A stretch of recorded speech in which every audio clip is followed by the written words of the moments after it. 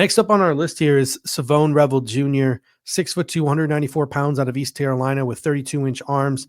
No testing due to an ACL tear that he had in season. He's on track to be back by training camp. He posted a video on social media of him running 21 miles per hour on a treadmill. Pretty impressive stuff there. But there are some level of competition concerns.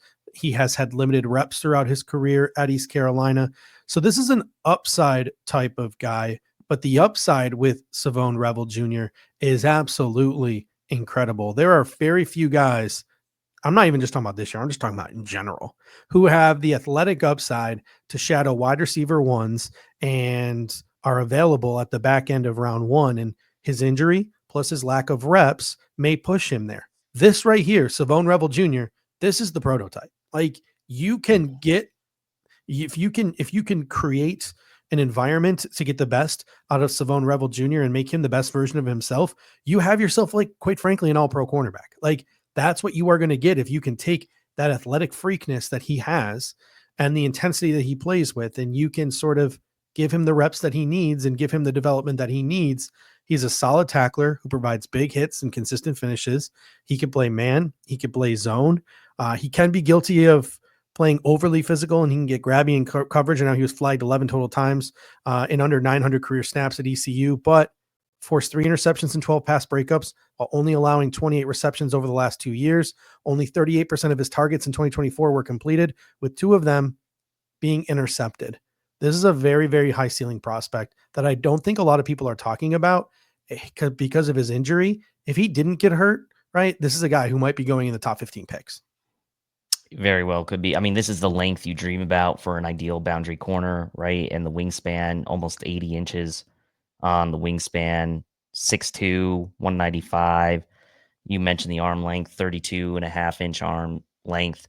The playing time, right? And maybe some of the lapses in discipline in with his eyes in zone coverage are some things that maybe you will go back to and say, like, okay, someone's going to be willing to take a swing on this guy. There is a little bit of risk here. He's going to need to get into the right room. The Bills coaching staff has shown over the course of Sean McDermott's tenure that they've been able to get, in theory, get the most out of cornerbacks that they've had on this roster. When you think about guys like Levi Wallace and Dane Jackson now returning, and Jamarcus Ingram and others, right?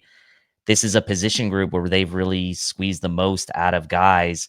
And you're now talking about, okay, maybe this guy needs a little bit more coaching, needs a little bit more discipline. He hasn't had the reps, but he's got the athletic profile that you would want honestly, in a CB1, right? If that's the case. And so the question will come down to, are the Bills willing to take a swing on that risk when there are maybe other guys available because the upside is so high? When you're picking at pick 30, it may be worth it, right? But with that said, the Bills really do need a guy that can come in and start right away, assuming they would go cornerback at this juncture, at this pick.